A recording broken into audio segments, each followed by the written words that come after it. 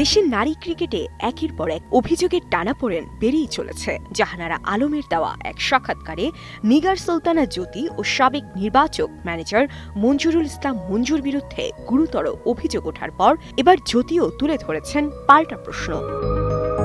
বর্তমান অধিনায়ক জ্যোতি গণমাধ্যমে দেওয়া সাক্ষাৎকারে বলেন, জাহানারা আপু মন্টি আপু নামের এক আপুর সঙ্গে একসঙ্গে থাকে, একসঙ্গে খেলে, একসঙ্গে খায় দায়, ঘুরে বেড়ায়।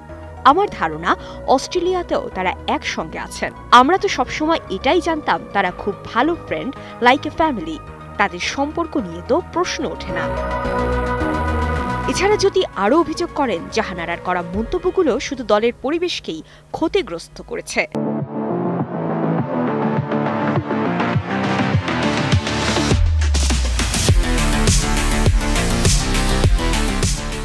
তার ভাষায় ব্যক্তিগত স্বার্থে আমাকে সামাজিক ও পারিবারিকভাবে হেয় করার চেষ্টা তিনি করেছেন, কিন্তু এ ধরনের কথা উল্টো ওনার দিকেও ফিরে যেতে পারে।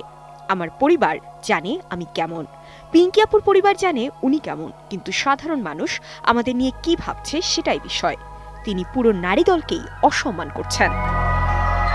এদিকে নারী ক্রিকেটকে ঘিরে এই বিবাদ যে দলের ভাবমূর্তি ও স্থিতিশীলতা দুটোই নষ্ট করছে তা স্পষ্ট। ব্যক্তিগত অভিযোগ পাল্টা অভিযোগের এই ধাক্কায় ব্যাহত হচ্ছে নারী ক্রিকেটারদের মনোযোগ। এখন প্রয়োজন দায়িত্বশীলভাবে সমস্যার সমাধান খোঁজা, যাতে মাঠের লড়াই হয় আলোচনার আসল কেন্দ্র, বিতর্ক নয়। সাচি ইসলাম, কালের কণ্ঠ।